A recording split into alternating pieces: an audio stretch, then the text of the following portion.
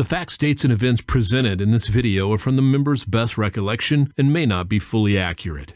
This video is intended for entertainment purposes only. Always consult with your local union about your rights and duties at your workplace. The opinions shared on this video are our own and do not necessarily represent my employer's positions, strategies, or opinions. All views shared are protected under the National Labor Relations Act. All right, so we're going to be talking about supervisor working, and I just want to get this out real quick. We have a number of members that come in here and they see maybe a driver filing a supervisor working or somebody else filing a supervisor working, and oftentimes they look at them as, oh, they're just lazy and they're trying to get free money. And that might be true for some, but the real reason why this language exists is because management is taking our work. And this language is in place to prevent management from taking our work. So I just want to make that perfectly clear, because oftentimes when you hear supervisor working, it's added to a dollar amount. And then the real thing is we just want supervisors to actually stop working and taking our work and leaving it for us. So, Greg, let's just get right into it. We're going to have a caveat of this with the harassment, put 2 in 1. So the new supervisor working language, how does it work? So it's really amounts to only the changing of one word, but that word is very significant. The structure is still the same. Supervisor works, violates the first 3 times in a 9-month period. It's double time. And then previously, beyond that, it was triple time. It is now quadruple time.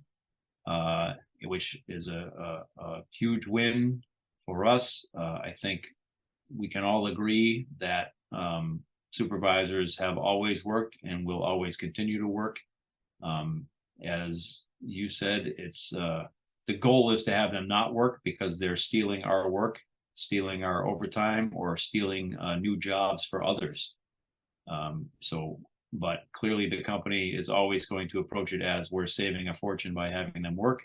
And so, the goal is to make them reward us for stealing our work. And so people should be policing that in every way, filing whenever it happens.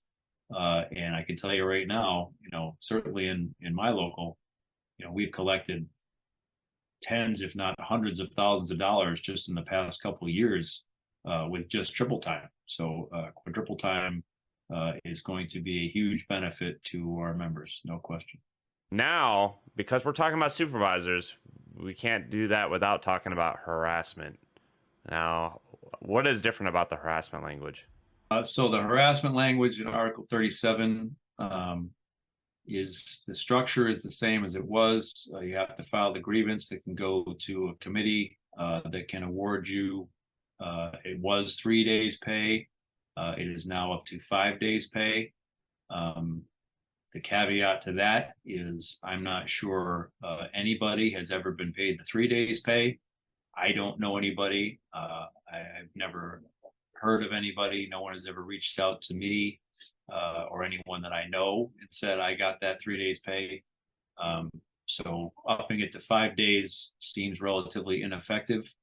In fairness, that also depends on the actual committee and how that works, and whether we can get it to some functioning level where these harassment grievances go immediately to that committee and get dealt with. Certainly that's a possibility, but as of the way it works right now, it doesn't seem to matter whether it's 3 days, 5 days, 10 days, or what have you, if nobody ever gets paid. Absolutely. And I've heard the same exact thing. I haven't had anybody reach out to me. I've never read anything saying if somebody's been paid on a harassment grievance. As you already know, harassment's kind of a gray area term, which makes it harder. Something that if someone yells at me, I could take it as harassment, but they could just be a loud talker. So you have that in between fight of, what is actually harassment. But as Greg said, hopefully they get the committee rolling and we can actually get the results from this, because I think that's one of everybody's biggest complaints working for this company is just the sheer harassment that comes out of it.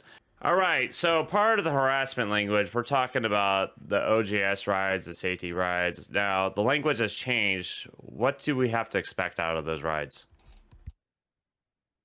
Well, the language has changed in that now management has to notify you 24 hours in advance of a ride, and they also have to give you the reason for the ride. There's some other language involving going over the ride with your steward afterwards.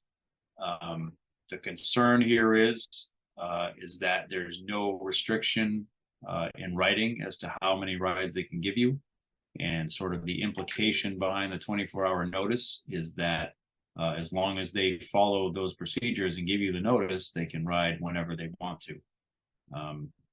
We'll have to see if that's what happens in practice, but as written, that would be very concerning. All right, that's it for this video. Let's go to the next one.